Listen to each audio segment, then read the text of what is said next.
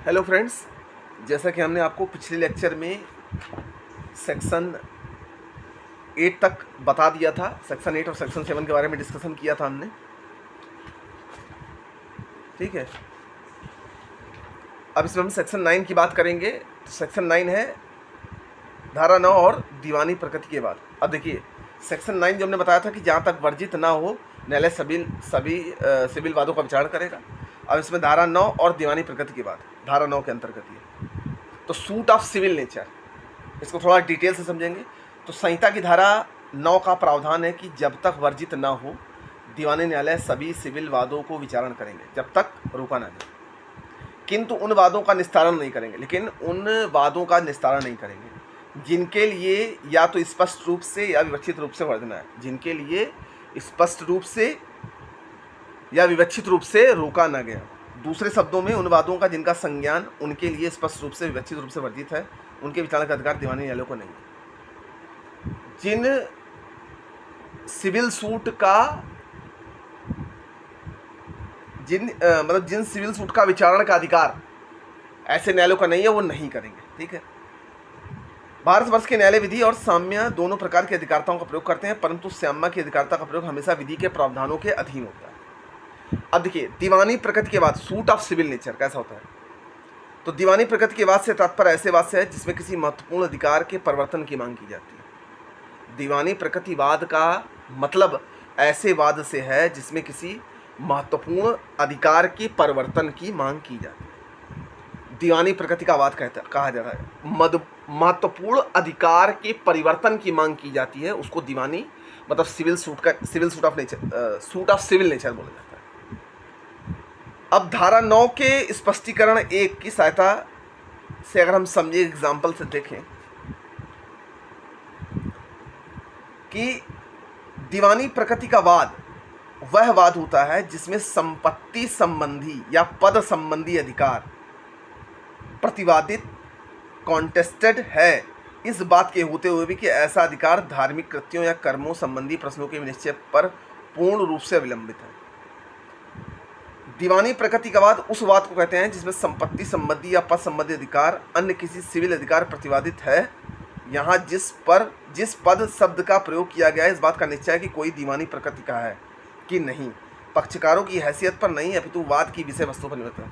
देखिए, पक्षकारों की हैसियत नहीं, वाद की विषय वस्तु पर निर्भर करता है कि ये नेचर ऑफ सिविल सूट है कि नहीं, सूट ऑफ सिविल नेचर है कि नहीं। इस संबंध में यह बात मटेरियल नहीं है, उस पद के साथ कोई फीस जुड़ी है या नहीं, अथवा ऐसा पद किसी विशेष स्थान से जुड़ा है अथवा नहीं।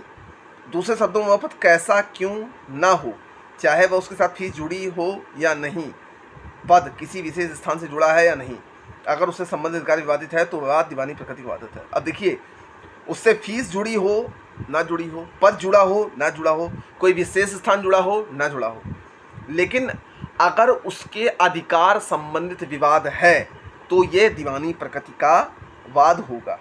ठीक है,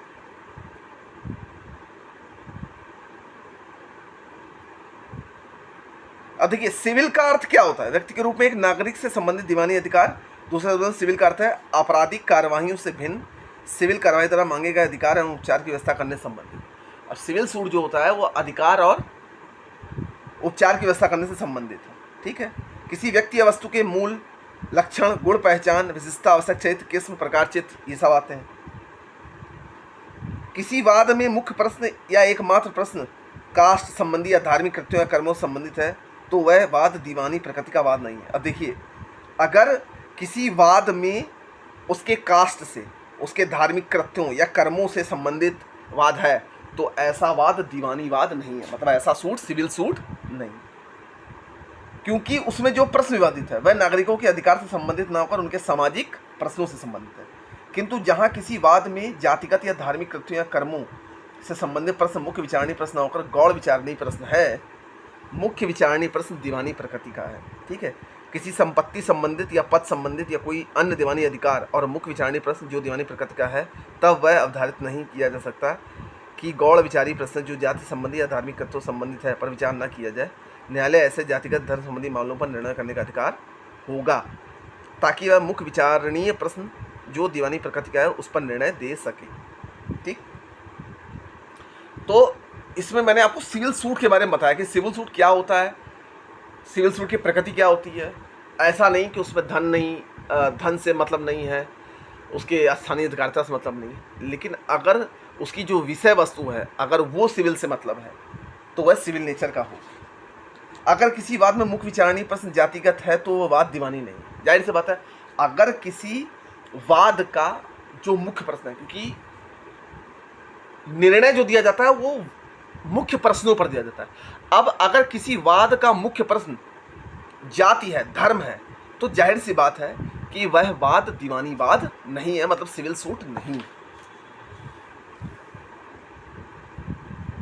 अब वाद जिसमें मुख्य विचारणीय प्रश्न धार्मिक कृत्यों या कर्मों से संबंधित है, दीवानी वाद नहीं है। ठीक है, अब देखिए दीवानी प्रकृति का वाद किसको माना गया, जैसे पूजा का अधिकार, राइट टू वर्शिप, पूजा करने का अधिकार एक दीवानी अधिकार है और अपने पूजा करने के अधिकार को स्थापित करने के लिए कोई भी वाद लाया जा सकता है।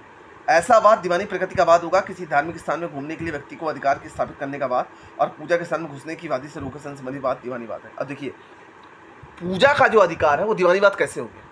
कोई व्यक्ति अगर किसी मंदिर में पूजा करने जाता है या किसी मस्जिद में मत्था टेकने जाता है, ठीक है, तो वह उसका अधिकार है, वह उसको अधिकार है। अगर उसको कोई रोकता है तो उसका अधिकार है कि वो उसके खिलाफ वाद ला सकता है, क्योंकि पूजा करने का जो अधिकार है किसी संपत्ति पर किसी भूमि पर जाकर, जहाँ पर मंदिर मस्जिद चर्च गुरुद्वारा जो भी बना हुआ है वहाँ जाकर अगर वो अपनी आस्था प्रकट करता है, पूजा अर्चना करता है, तो ये उसका अधिकार है। तो ये सिविल सूट नेचर में आ जाएगा। धार्मिक या अन्य प्रकार का जुलूस निकालने का अधिकार। अब देखिए right relating to religion and other